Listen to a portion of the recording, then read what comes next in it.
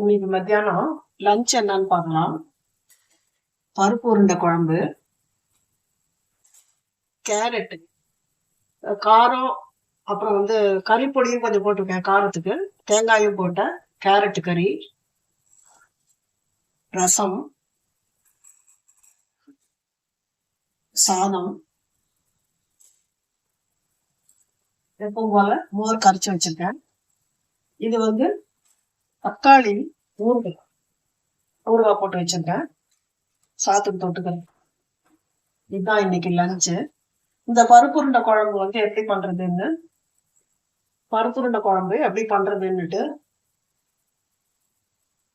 Full video ஒண்ணு போட்டிருக்கேன், நீங்க அதை பார்த்து தெரிஞ்சுக்கோங்க.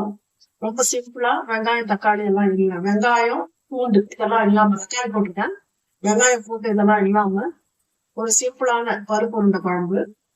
அது எப்படி பண்றது, கேரட் கறி ரெண்டுமே நான் போட்டிருக்கேன் ஃபுல் வீடியோல, அதை நீங்க பாத்துக்கலாம். இதுதான் இன்னைக்கு லஞ்ச் மத்தியானம்.